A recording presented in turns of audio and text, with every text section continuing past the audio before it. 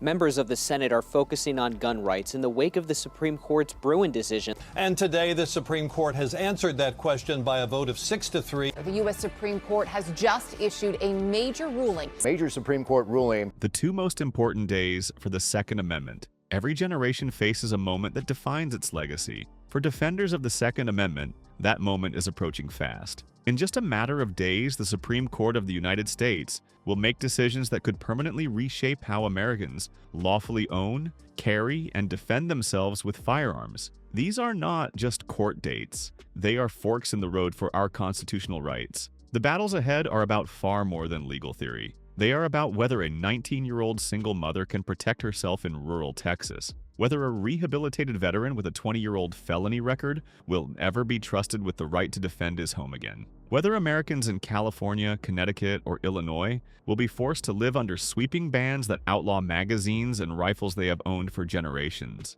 And all of it comes down to 2 days, November 14th and November 21st. The two most important days for the Second Amendment in a generation. This is Survival Firearms. Please make sure you are subscribed to the channel so you don't miss the fallout from these cases. Let's get into the full breakdown. Section 1. The Supreme Court's growing to a docket. The United States Supreme Court has already agreed to hear 2 Second Amendment-related cases this term, but these are only the beginning. What few people realize is that behind the scenes, dozens of major 2A petitions are now sitting on the court's desk, waiting for one of 2 outcomes: a green light for full argument, or a quiet rejection that lets lower court rulings stand. Several of these petitions are now scheduled for an internal conference on 2 critical days, and the outcome of those meetings could determine whether gun owners nationwide see new protections or a wave of judicial apathy that emboldens anti-Second Amendment states. Key facts. The Supreme Court has accepted Wolford v. Lopez and United States v. Rahimi. Dozens of additional 2A petitions are up for conference on November 14th and November 21st. Petitions must get 4 votes to be granted a full hearing by the court. The sheer volume of pending Second Amendment cases is unprecedented, and the next 2 Fridays could shape which of these cases become national precedent. Section 2. Age restrictions on gun ownership, 18 to 20-year-olds. One of the most urgent categories of cases involves federal restrictions that prevent 18 to 20-year-olds from purchasing or possessing certain firearms. These laws are currently applied inconsistently across the country due to conflicting rulings by different circuit courts. The core of the debate centers on whether young adults who can vote, serve in the military, and be prosecuted as full adults should also have the right to purchase handguns or modern sporting rifles. Key cases up for the November 14th conference: McCoy v. ATF, West Virginia Citizens Defense League, VUS, ATF, Lara v. ATF, NR, AV, ATF. Key issues: whether the federal ban on sales to under 20s violates the Second Amendment, whether Second Amendment rights begin at age 18 or 21. Circuit courts are split, creating confusion and inequality. This issue could impact millions of young Americans who are otherwise treated as adults in every aspect of life, but denied their right to lawful self-defense.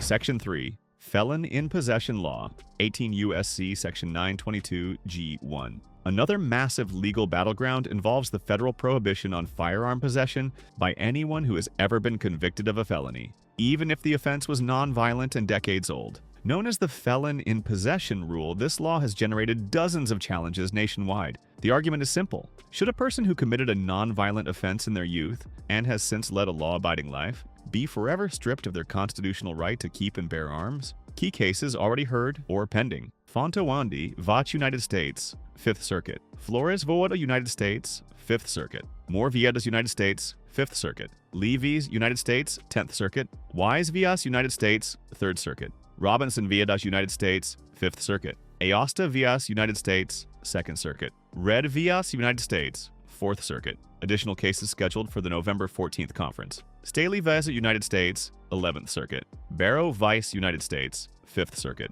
Jones Veza, United States, 11th Circuit; Thomas Villa, United States, 5th Circuit; Osborne Visa, United States, 4th Circuit; Sullivan Visa, United States, 5th Circuit; Lusk via the United States, 5th Circuit; Guyton v. United States, 5th Circuit; Ferris v. United States, 10th Circuit; Reese v. United States, 10th Circuit; Law v. United States, 3rd Circuit. Each of these cases deals with one core question: can the government permanently disarm people based on past conduct, even when they pose no current threat. Section 4, Illegal Immigrant Firearm Prohibitions, 922 G5. A related but separate issue is whether the government can universally ban undocumented immigrants from possessing firearms regardless of their behavior or circumstance. The question is whether the Second Amendment applies to the people as a broader category or only to legal residents and citizens. Although none of these cases have been granted yet, multiple petitions on this issue are set for conference on both November 14th and November 21st. Key issues: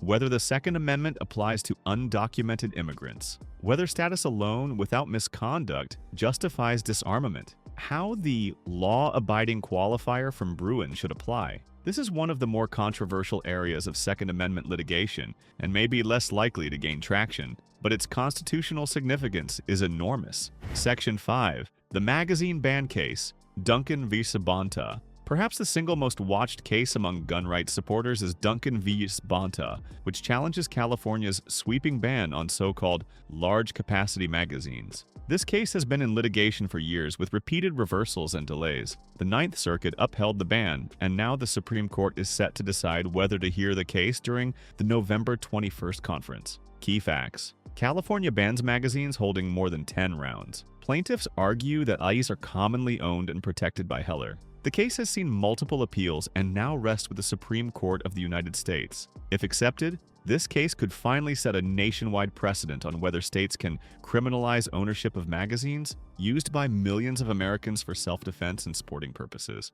What happens? Next is in your hands. As these monumental cases sit before the Supreme Court, we are not just witnessing history, we are standing at the crossroads of it. The dates are set, the petitions are in, and the outcomes of these conferences could reshape the Second Amendment for an entire generation. But the fight does not end with court filings and legal briefs. It begins with awareness, it grows with understanding, and it succeeds when Americans like you stay informed and stand ready to defend their rights. So here is what you can do next. Share this video with fellow firearm owners, advocates, and legal minds who need to know what is coming. Drop a comment below: which case are you most concerned about, and what ruling do you believe is essential to protect our freedoms? And most importantly, subscribe to Survival Firearms so you never miss a single update. We break down the legal complexities, give you the straight facts, and prepare you for every challenge ahead. In a world of shifting politics and uncertain laws, knowledge is your first line of defense. Stay sharp, stay lawful, and stay prepared. Until next time, this is Survival Firearms, helping you know the law, defend your rights, and protect what matters most.